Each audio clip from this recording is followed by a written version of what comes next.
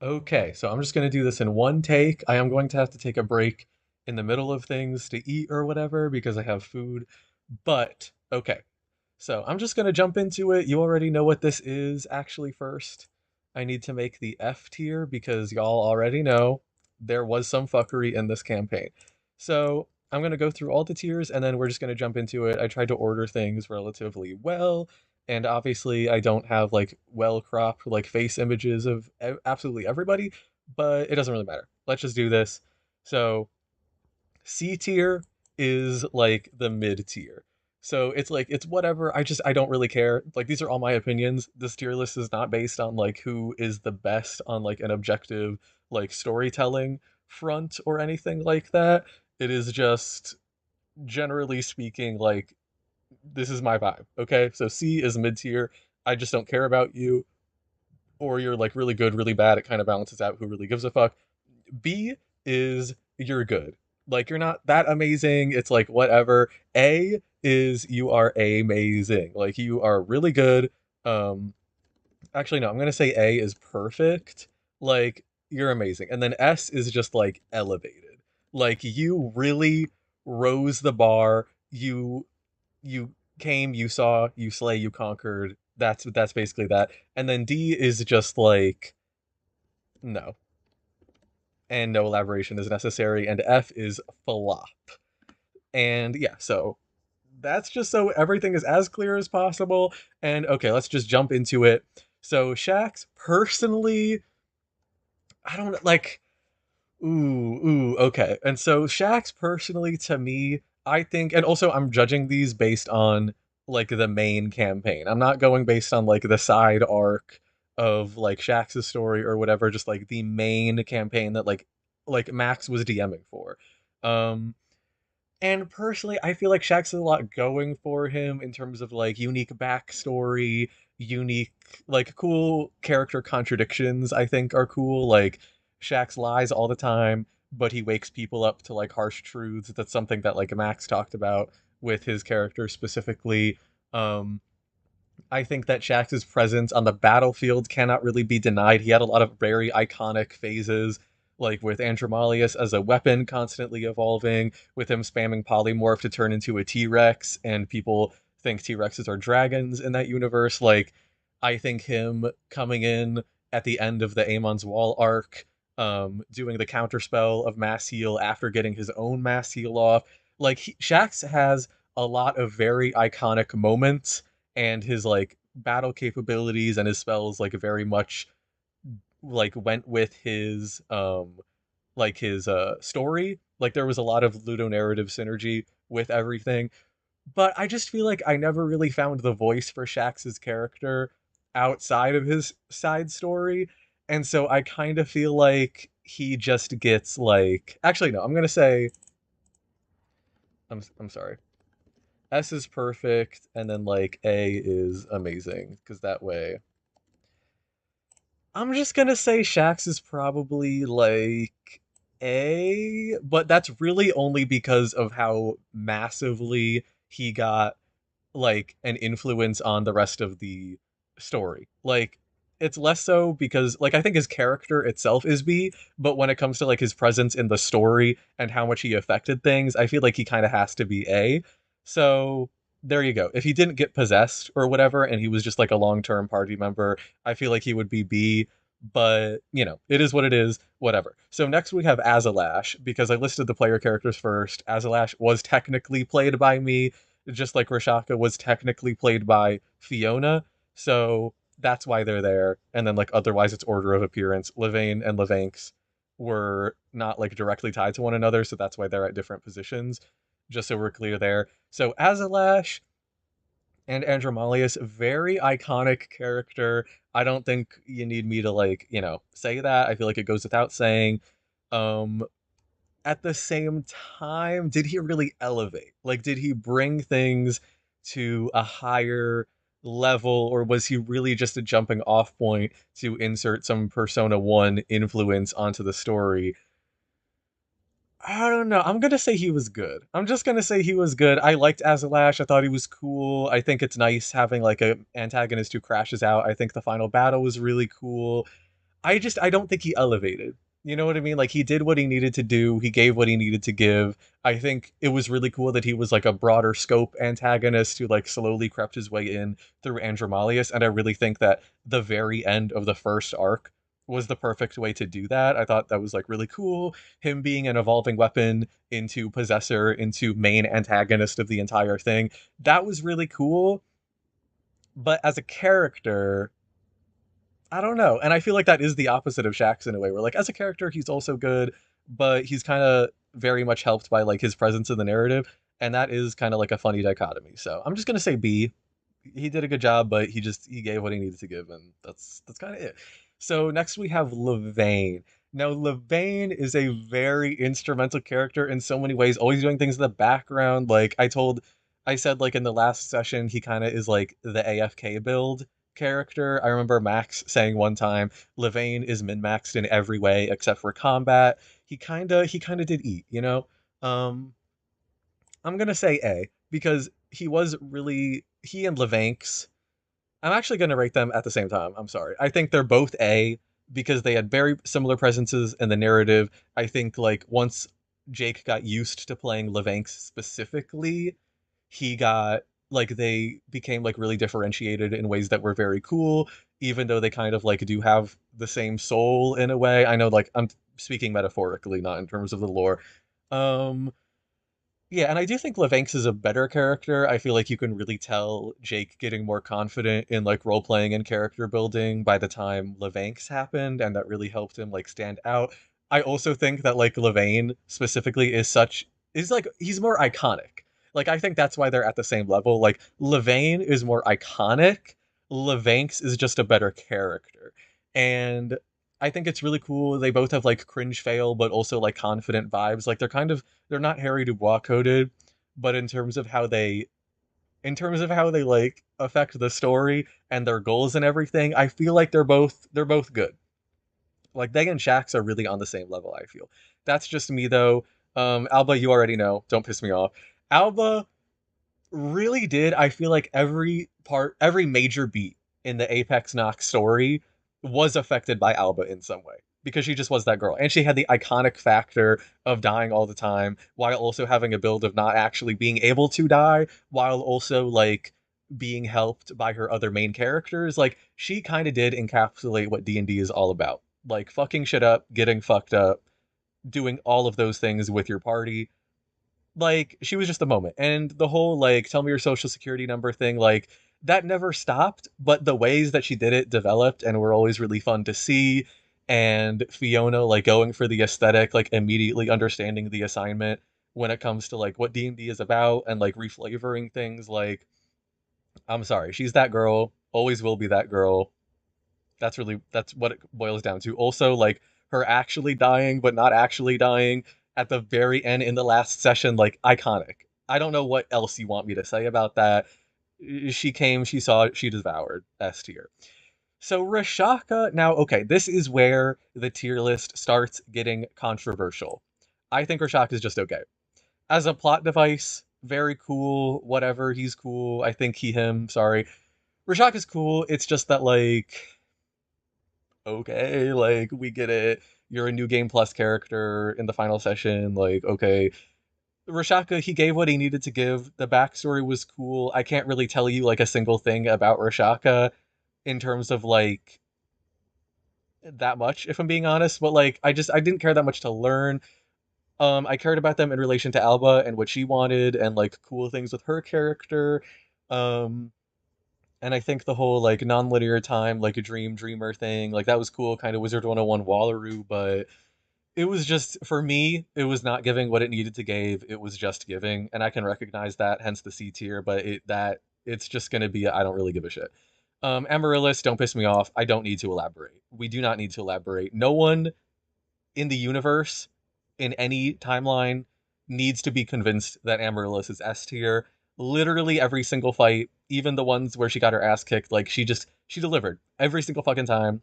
In terms of the role play, she just like Katie just ate that. I'm sorry. And she also has the insane iconic status of being the only person, of being the only character who was like a long-term party member from the very beginning to the very end, also being the only character who survived the entire time. Did Amaryllis die at least once? Yes, but did she ever stay dead for more than 10 seconds in universe? No. That's iconic. Katie never got a replacement character. Katie never got her a temporary character. Amaryllis is that bitch, and she always will be. And Amaryllis really was the best character of this entire campaign. And she was the moral center as well, which I feel like is very underrated. Amaryllis was very much used, not as a sounding board, but she was used as like the foil for basically everybody. Like Shax teaching Amaryllis how to read, that helped him like mellow out a little bit. Like Levain using Amaryllis, Alba wanting to help Amaryllis, and also like talking to her and like opening up to her about stuff. Ed and Amaryllis working together. Ganesh and Amaryllis didn't really do that much from what I remember, but like you get what I'm saying.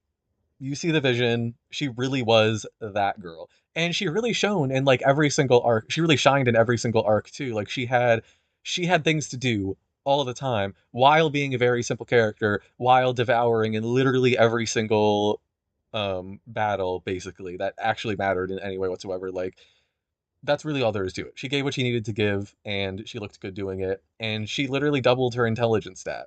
So that's all there is to it. So Pickle is an interesting case because Pickle is definitely like iconic. Pickle's definitely iconic because Pickle, amazing roles. I don't give a fuck roleplay, constantly on that like fuck everybody else type shit. Very iconic with the whole like kid thing.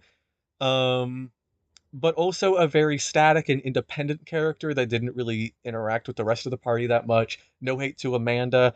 I just feel like when I was thinking about the tier list at work today, I was like, Pickle's definitely S tier. But now that I'm actually at the moment of decision, low key, I kind of feel like Pickle is just good, which I know is a crazy difference. But the thing is, like, outside of a few really iconic moments, I'm gonna say Pickle's at A tier because the iconic moments for Pickle really do elevate. But outside of the iconic moments, Pickle just doesn't really do anything. But that's what Pickle was there to do. Not every main character needs to be consistently online. And when Pickle did shit, they put it together, and that's all that there needs to be. Afanella, Afanella, I also think is A tier because Afanella really did like first of all, she has the iconic nature of like only being relevant for the first two arcs, but then she came back in one of the scriptorium moments, and I feel like Afanella, she has the Amaryllis thing going on, where like every single relationship that she had with every other party member she interacted with was different and like brought out her character and brought out the other characters, and that was really nice. Like Ace played Afanella in a very consistent way and in a very like good like community around the table building kind of way. And I feel like that's really good. Also, obviously, Afanella has the whole fuck everybody else type shit. Like very simple. She just wanted to get that girl, and then she got that girl, and she was also so cringe fail, so iconic. Like Pickle, just ate every single time, always successful, absolutely everything. Pickle never really failed a single time. Afanella failed the entire time, but ultimately succeeded in the end because that's what girls do, and that's really all there is to it. Now, Ganesh D tier, and I'm not arguing about that. I'm sorry. Ganesh kind of was just like not that interesting of a character. In terms of combat, very good, holding his own at level 12 against a level 20 boss. Literally a god holding his own at level 12. That's iconic. I don't think we need to like argue about that. That is also one of the only things that's saving him from F tier, on top of the iconic death that harkened back to Hindu mythology with Ganesha's head being severed by Shiva. That was very funny, very ironic. Um, but yeah, like Ganesh, no hate to Anish, literally like a child when he started playing Ganesh, like I get it. Um, Shaq's early game was not great either. He had a retcon cannibal phase, but Ganesh never elevated and was never at a particularly entertaining place in general. He kind of was just like, I want to find this one tree, and my story's kind of already over, and it is what it is. Low key, one of the most cool parts of Ganesh's character is when he had the chance to be revived, and Anish was like, you know what? No, I'm good. His story was kind of already over, and like, yeah, it was not much more to say. I'm sorry, I'm moving on. So Lexi's just mid. She was not very memorable. She did what she needed to do. Amanda's sister, she did her thing, and it was good, and it was cool. She and Shax had some cool like synergy, being two bards in the same party didn't cause any conflict. That's nice. The whole like dragon fight thing, that was cool, but ultimately, whatever. Who cares? Now, Ed is a very good character. Ed, I'm not sure if he is B or A, so I'm gonna go with B because I feel like just like D&D, it does round down, unfortunately. But Ed is still a very good character, extremely entertaining, extremely. Actually, no, I'm sorry, because of his spell shit, because of how like he interacted like with his spells and the summon steed. Like Ed always had that iconic factor to him. He always had that dog in him, and also the Ryan arc. Like Ed immediately, I feel like cemented himself in the same way that like extremely like long term, like the OG party members of Shax, Levain, Alba and Amaryllis and Pickle and Fnella, I feel like Ed is in that same group. Even though logically that is Ganesh, I feel like Ed really just like immediately he feels like he was always there. And I think that takes a lot of skill, and I feel like it actually like Ganesh was basically just like the testing dummy first draft. Who gives a fuck? Ed was like actually that guy. So, and also like again, the whole Ryan thing, yeah, no, and like Anish like really did like put his whole bussy into it, like with the whole like Amaryllis thing, like him being in the heroes exam arc, him like I feel like Ed and like his backstory, like how it shined through at some points, like there were like hints from the very beginning he didn't have like a great family life or whatever, but didn't really see that, and it was like it was very organic, very nice to see his growth, and I feel like that should not be understated in any kind of way. Now, Low, I feel like is just B. He was very entertaining. He was the team carry, obviously, because he was an Eric character. Iconic entrance, iconic exit for the most part. Um, that's really all there is to it. Like he had a good aesthetic, he had good gameplay. Did he really elevate? Did he really give intrigue? No, not really. So just B, unfortunately, but that's still good. Baron, I feel like is S tier. Deadass, I don't really care if this is me like being self-indulgent. This is an Apex Nox video that Eric is making. Obviously, it's self-indulgent. Baron really did elevate. He had one side arc in order to make an impression, and he did that. And he didn't even belong in the universe. He didn't like overshadow anybody he was like focused on relatively much because of Simon, but also like he's a guest character for a side arc. That makes sense. He had like interesting knowledge that did not like make him like a Mary Sue or like overshadow anybody. Like I said, he had a lot of really cool moments. He had a lot of good character interactions with Fnella and Ed and Alba specifically.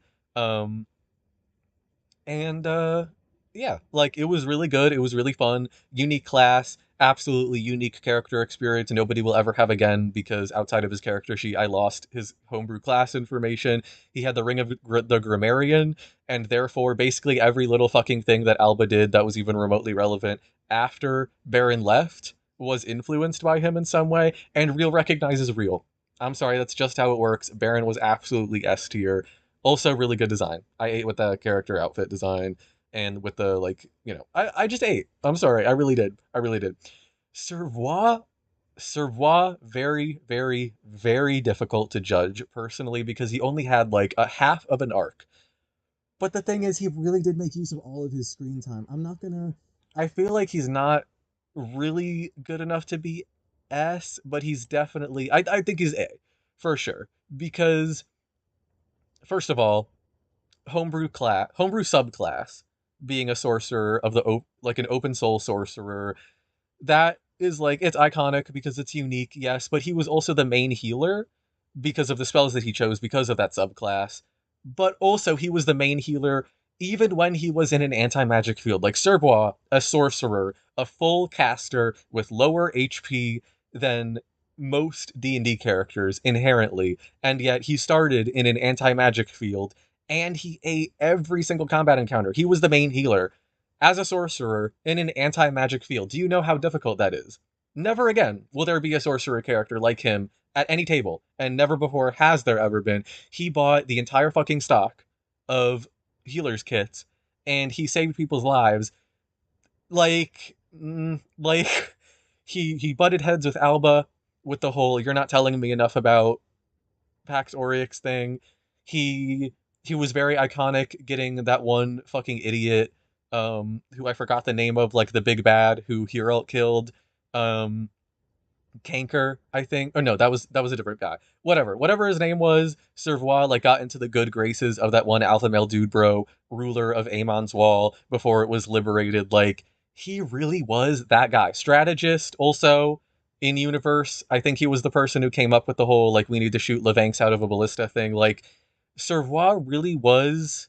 You know what? Now that I'm saying all these things out loud, he was S tier. I'm sorry, I don't give a fuck. Also, especially with the whole like intrigue about like the open soul thing, with him like opening up his like other dimension and it being really cool. Like Servois, if he, I think he could have been like even better if I like stayed um longer into the campaign, but you know, life stuff happens.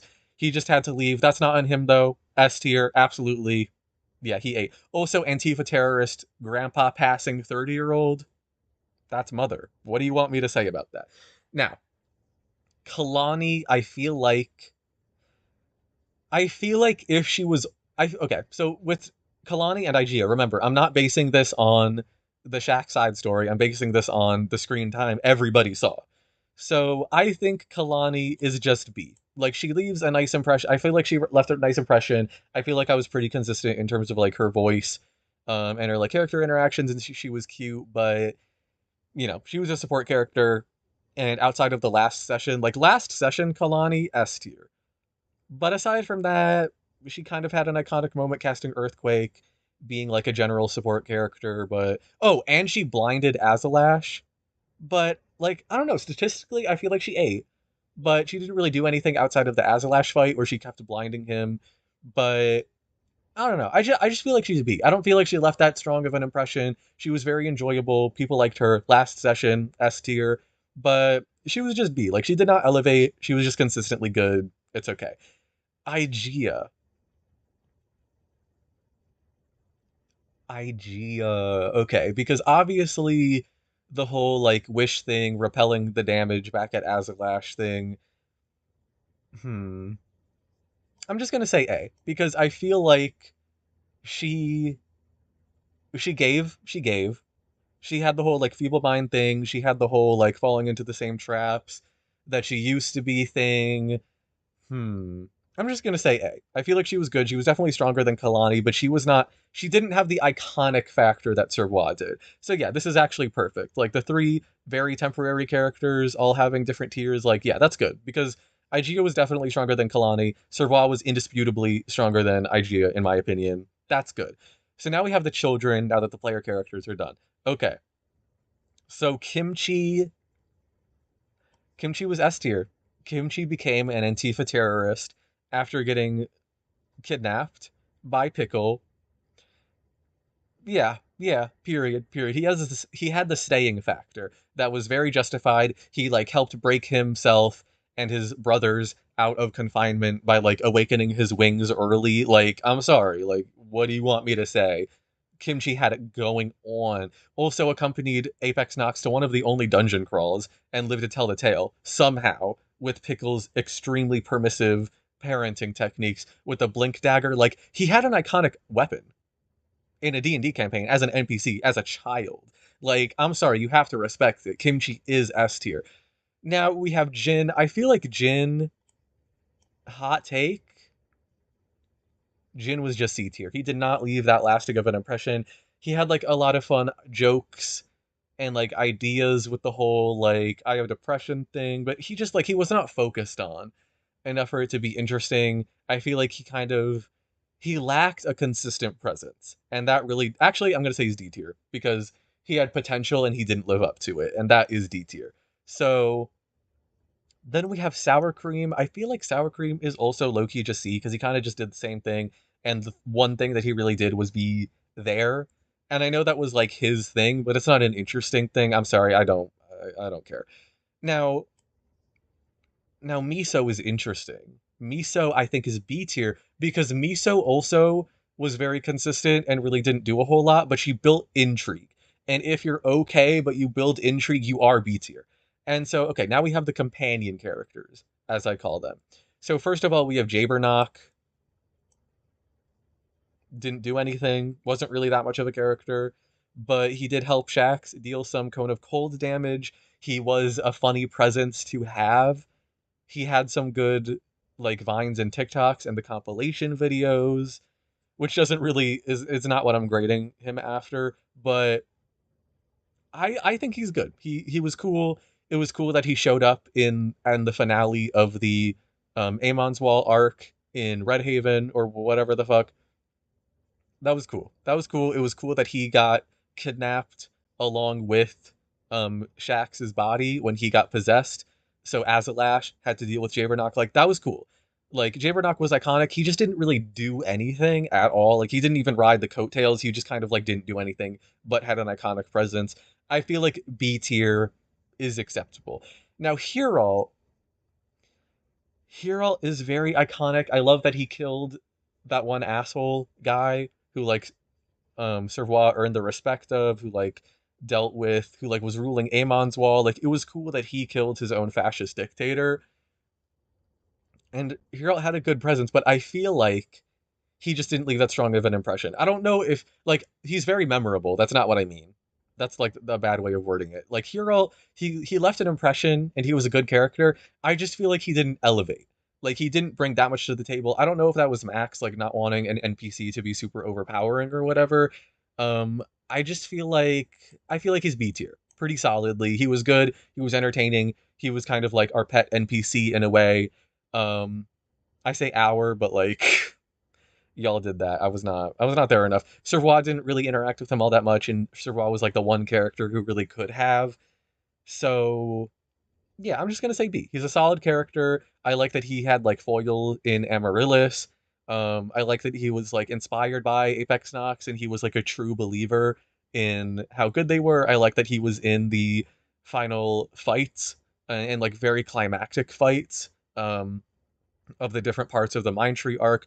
Like he was good. He was just good though. And I'm looking for more if you want to be an amazing tier. Definitely looking for more if you want to be S tier. I think he could be like if he shows up in future campaigns or whatever, he could be an S tier NPC. But that's just eh. Okay, Pax Oryx, I feel like is firmly cemented in the A tier because she is really good. She's very cool. She has an amazing like character concept. And I think it's really cool having a god who just like who is her. Who like came like rises from the ashes just like a phoenix. The phoenix is the head of like the pantheon, but she's not even one. Like she's just like this god of light. I think it's really cool that Alba, like a warlock associated with like a darker heretical entity, like I think it's cool that she really took a chance on her. Like I said Hero was like the pet NPC, but Pax was definitely also like the fact that we all named her and the fact that Baron, like a guest character, had to do with that, like, and the fact that it happened like in a side campaign, like Pax, I feel like really embodied what the spirit of Apex Nox was all about. It's just difficult to really give an S tier to a character who did not have that much of a personality. You know what I mean? Like amazing plot device, also more of a plot device than a character. You know what I mean? And I feel like that's necessary. And I'm gonna pause here because my food's ready. Okay, I'm back. Now, apparently there's some confusion about like which arc is which, so I'm gonna specify that when we get to the arcs. Okay.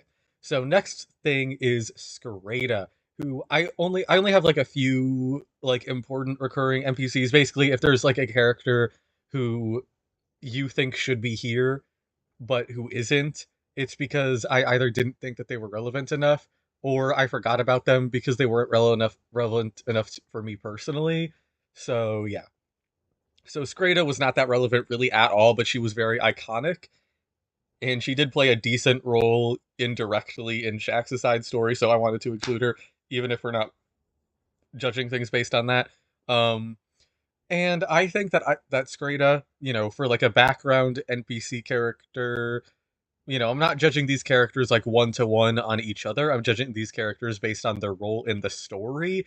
And I think as like a background character who's whatever, A tier for sure. Also very cool that she was freed because like genuinely that idea that I had at the end like in the last session where like, maybe she and like the other spirits could be freed. Like maybe that would be cool if we can't really think of anything else to do that is like level 10 plus wish worthy.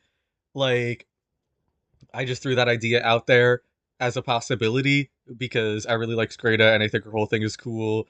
Even if I don't completely agree with her philosophy, like she's that girl.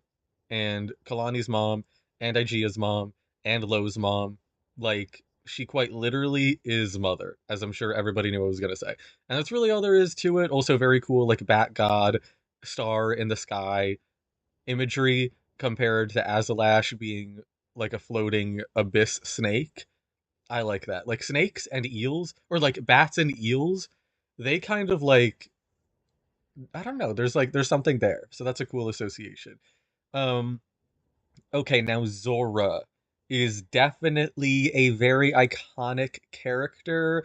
It's between A and B for me personally. She had like a cool portent thing with Remargo during that fight, which was very cool. I really liked Zora's deal with Efinella.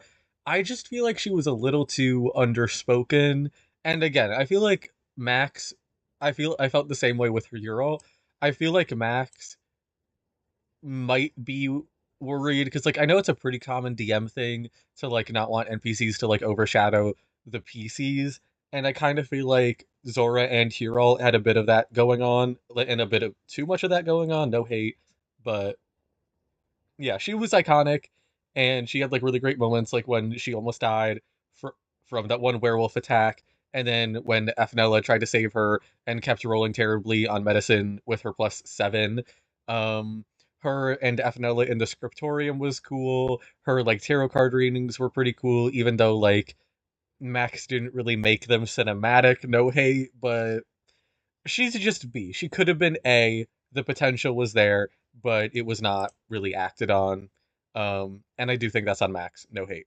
Um, Now Renalger, I feel uh, like her most interesting moment is when Ethnella said, "I want to make sure that she knows it's okay if she can eat children around me," and that was an Ethnella moment, not a Renalger moment. She was fine. Duracell, Duracell really, he was one of those characters, just like Shax, whose relevance is kind of like it's kind of like a heart rate monitor. Um, Very relevant sometimes, very irrelevant other times. I really liked his like instant deconversion. I'm very proud of myself for shipping Durarillis into reality.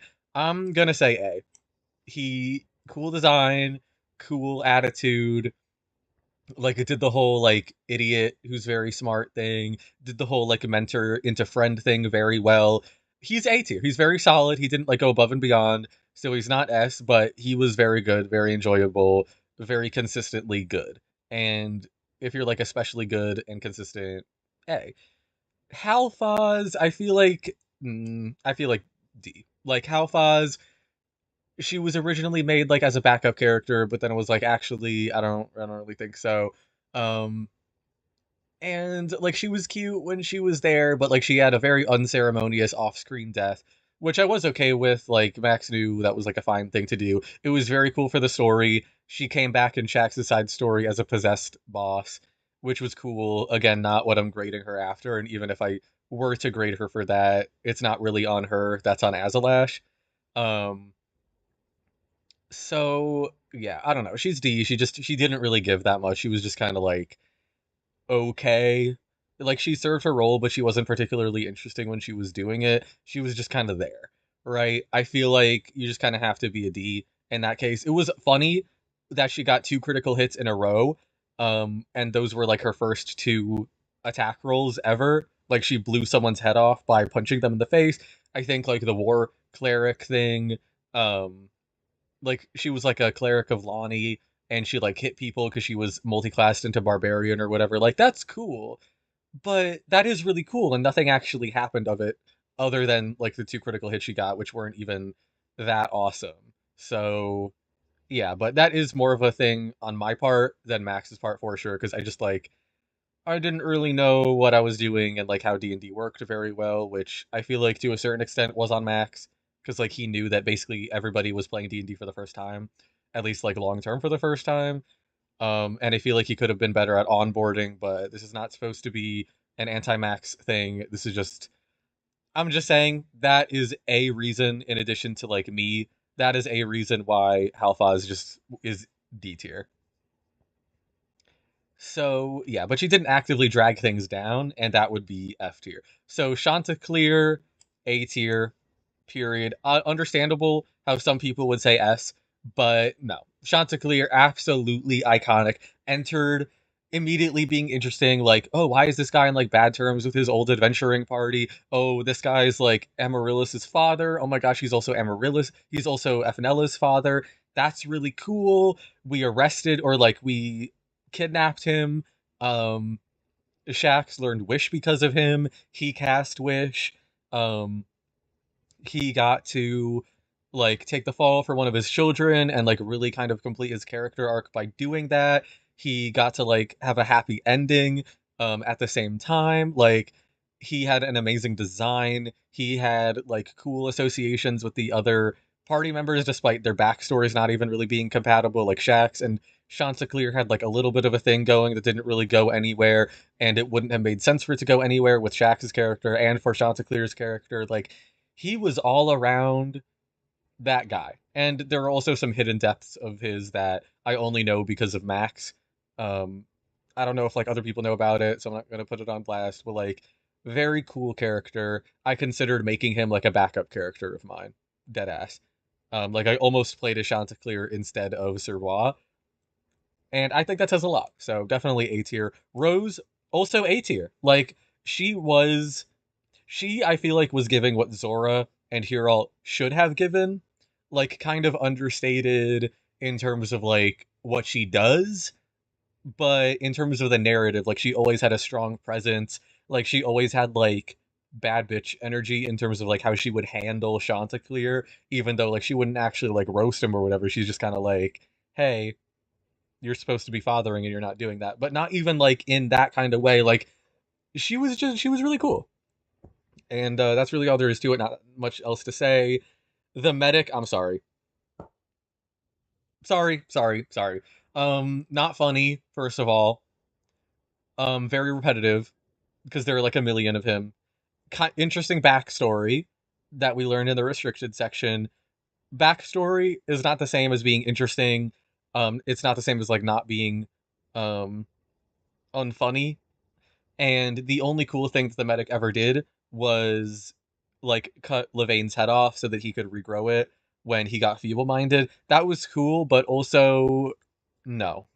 Also, like that scene was iconic because the medic actually like didn't talk and we could focus on like the party members being cool while the medic did something interesting, but like no. I'm sorry. You don't get points for having a fucking Gary's mod ass character like the medic. No way. Buma, also F tier. These are probably the only F tiers. And the reason why Buma is F tier is because he was cool, but every single moment of like hidden depths from him shouldn't have just stayed that way. Like his whole like I made these weapons of mass destruction and I feel really bad about it. Or not mass destruction, but like I made really good magic items and I feel really bad about it. And I'm like anti-war and I want to take away the weapons from people, even though like they're actively doing good in the world, like Amaryllis or whatever. Like, I'm sorry, but him having like a little bit of a conclusion to that, where really he just says how he feels again in the last session, like, no, I'm sorry. You don't get to have like an ideology like that and then like not actually have it be relevant to the campaign at all. Like if you're that kind of NPC, then you can either save it for a story arc where you actually have some kind of prominence and like be interesting about it and like have questions where morality is raised. But if you're just going to be some like morally uptight piece of shit, like Buma really gave vibes of like those conservatives who are like really non-judgmental, or who like pretend that they're non-judgmental because they're not calling you a slur to your face, but they do actively think you're a terrible person. Like that is what Buma gave every single time he showed like really any of his personality whatsoever. Also, his name being retconned to Buma instead of Boomer. I'm sorry, no, you don't get to do that, Max. Um, no hate to how Max played him. All the hate in the world as to how Max decided to utilize him. In my opinion, Buma should have just like given hints to his ideology and that's it. Like, I feel like with characters like him, you either need to like have them be more prominent or you need to have them be quiet. Like having a character with an ideology like his, like they have to be a main character or like such a minor character that you don't even really learn fully what they think. I probably just repeated myself like 5 times in a row saying the exact same thing, and I just did it again. But I don't really care. I just no, absolutely not. Boomer was cool when he was an NPC like tavern runner, and that was it. Every time he started opening his mouth, shut up, and that's really all there is to it. Zoomer, on the other hand, every time he did something, I don't know if that was actually his name, but that's what we called him. So, like Booma's assistant, Zoomer, every time he did something, it was interesting and it raised intrigue, but that was also like those were like maybe 2 times throughout the entire campaign. So, not really interesting. Also badly utilized, but he raised intrigue when he was there. So, actually he didn't really have any presence outside of that. So, I'm just going to say he was okay. Yeah, okay. So then there's Kamala. Personally, either B or C, and I did say round up, or I did say round down. I'm gonna say B because she was funny. I know her like head got cut off, but this is Kamala. She was iconic. Not actually, no, she wasn't. She was entertaining sometimes, and I'd get the vibe, and it was like really iconic that Levain totally ditched her because he was getting around to saving her. But and like her like the memes about her are funny, but and like she's a cool character, but she's kind of like she's more of a cool idea of a character. And so I'm gonna be nice and say B because I don't really like think she's lame. And she did do stuff and she had some like funny moments, but I don't think any of her good moments were like memorable. Like she's kind of just like I feel by design fades into the background and is just like a less interesting girl Levain in a way, which I know was kind of the point. But honestly, now that I think about it, she kind of has like Halfaz vibes. So never mind. I'm gonna say she's just C because yeah, I can't really justify actually liking her. Again, I get the appeal, but it's gonna be a no for me, dog. Lily Lily gets B because she wasn't utilized all that well outside of the heroes exam arc, but when she had that presence, she really did make it known. Also, we did kind of do her dirt, and by that I mean you guys, not me, did her dirty by like beating Azalash too quickly. Like I'm glad that happened, but she had like a decent character resolution. I know that was important to Max. He did a good job there, being like, "You guys aren't going to be my end, whatever." Um, I don't know. I'm kind of surprised to give her B because like she did have a lot of very iconic, like almost campaign defining moments. Um, but I don't know. She just like she was more defined by what she did than like herself, and I feel like both are very important in a TTRPG character, especially in a campaign that had so many antagonists. I feel like she was kind of fighting for screen time, which was crazy because she was the main antagonist of an entire arc. So yeah, it unfortunately is just going to be a B for me. Barnabas, very very fun first arc bad guy. I like that the first arc bad guy was a traitor and also really the only traitor. Um, funny, iconic design. I mean, not like intentionally, like he was a jokester or whatever, but like iconic design, iconic idea having like a were cult be like the first big bad guys, iconic way to die with Shax melting his head off. Um, iconic that he was like neutered, but he also had a daughter. Um, iconic that Shax killed him with arrows that his daughter sold him. That's crazy. But again, like we get back to the thing where like there are iconic things that have to do with him, but he himself is not that iconic. I'm just gonna give him B because he was good. I remember him fondly, but he was just like he was good. Street King, same way. I remember even less about him. I just remember like he was good. He wasn't just fine, but he was pretty close to it. He's fine. So family members, I know that's vague. I really just mean like in general, excluding Chanticleer and Rose.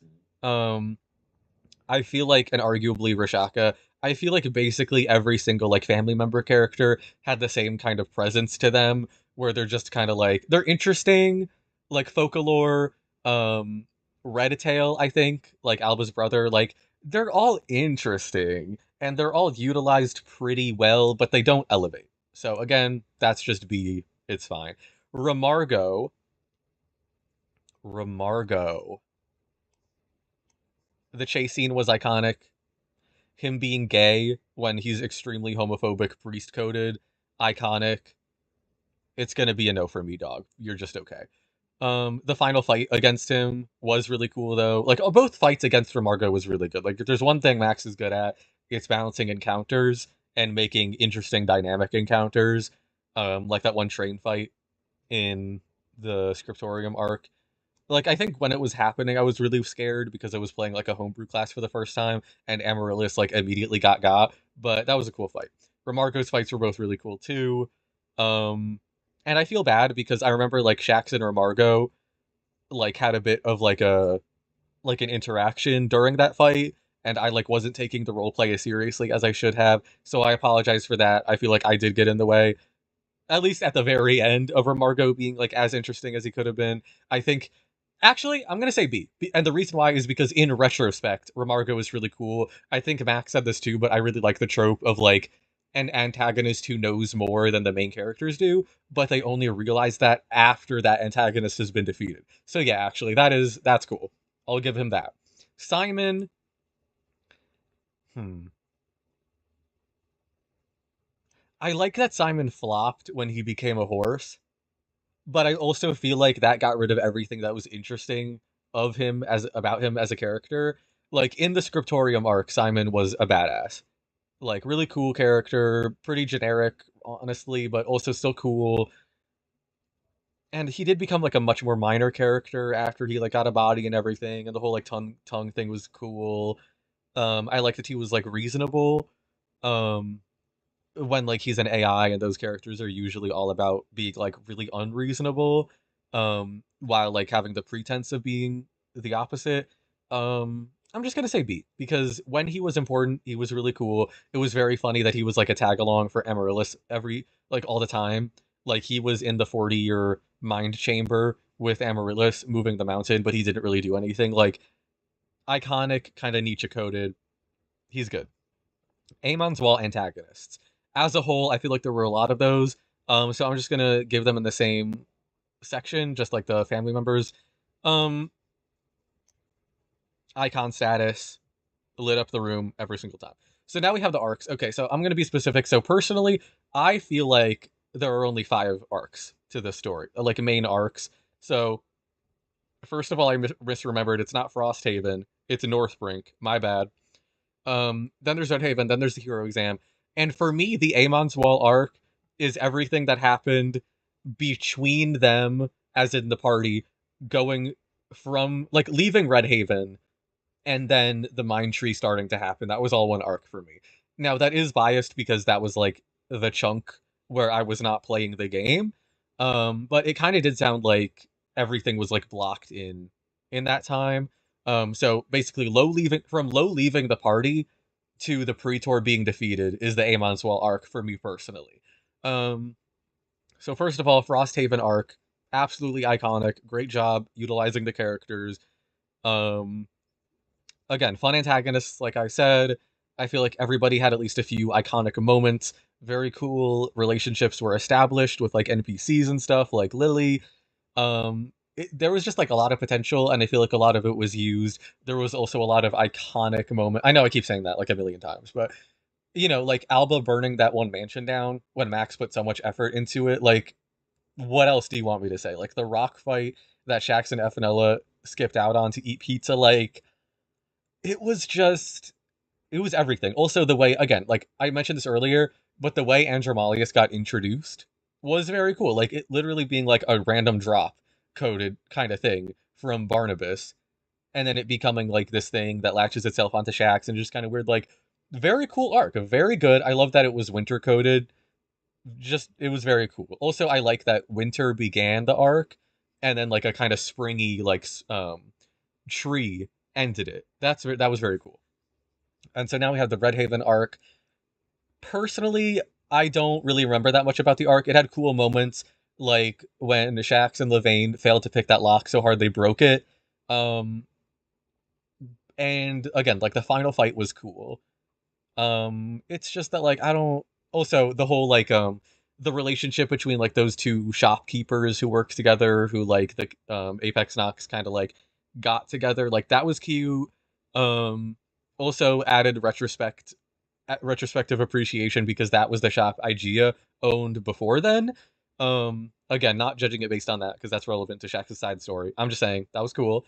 Um it's just that like again, I don't feel like it was interesting in it was interesting when it was happening, but it was not it's like whatever to look back on. Heroes Exam arc, that was the best arc. Period. No notes. Every boss fight was a bar. Like Runt getting soloed through conversation, Barbara getting soloed through conversation, the Anundirex fight, the first like player character death. Again, already talked about it. Ganesh's death was iconic and very welcome. Um the development for Amaryllis, the PTA creation, every session was a bar. Except for the shopping episode sessions. Y'all pissed me off with that shit. Amon's Wall. I wasn't there for that, so I cannot really judge. I'm just gonna give it a B anyway because you guys talk about it positively. So it was probably a vibe. I'll give you guys that. Also, I was there for the final fight. That again, iconic. The final fights, you like we all ate that. Mind Tree arc, I feel like this goes without saying. Um, Very good character development opportunities, and basically all of them were capitalized on. Very cool how it started in an anti-magic field, and then so we got kind of like a prelude, like easing into the mind tree. Very cool how it really tested how much we care about each NPC. Very, very, very, very well done. Actually, I'm gonna give it an S tier. I like the Heroes Exam arc more, but I have to give credit where it's due. And then lastly, the Scriptorium arcs. It's like it's canon DLC and fan fiction, and I love that. I genuinely like I don't know how to describe it other than that. I know that's kind of like a goofy way to put it, but like genuine. Sorry about that. I went into full screen and it stops recording, so I can't show all of this without zooming out. Okay, there we go. I really love the Scriptorium arcs because it very much has like side quest vibes to it, and I really like when stories have like video gamey vibes in that way. Like it really is just something that is like not too instrumental to the story aside from like the pack stuff that happens, but it makes the characters more entertaining, gives more opportunities for them to do stuff. The combat encounters I think are the most interesting in the Scriptorium because it really gives Max the permission to do like whatever he wants. Um, and it's also a good way for us to technically fight D&D monsters who otherwise don't exist in that setting. So for example, I remember when Amaryllis got by some of the like robots in the train fight, Max was using at least like a modified version of the Mind Flayer stat block, and that's really cool. I like that. It was a good use of basically everything that D&D has at its disposal.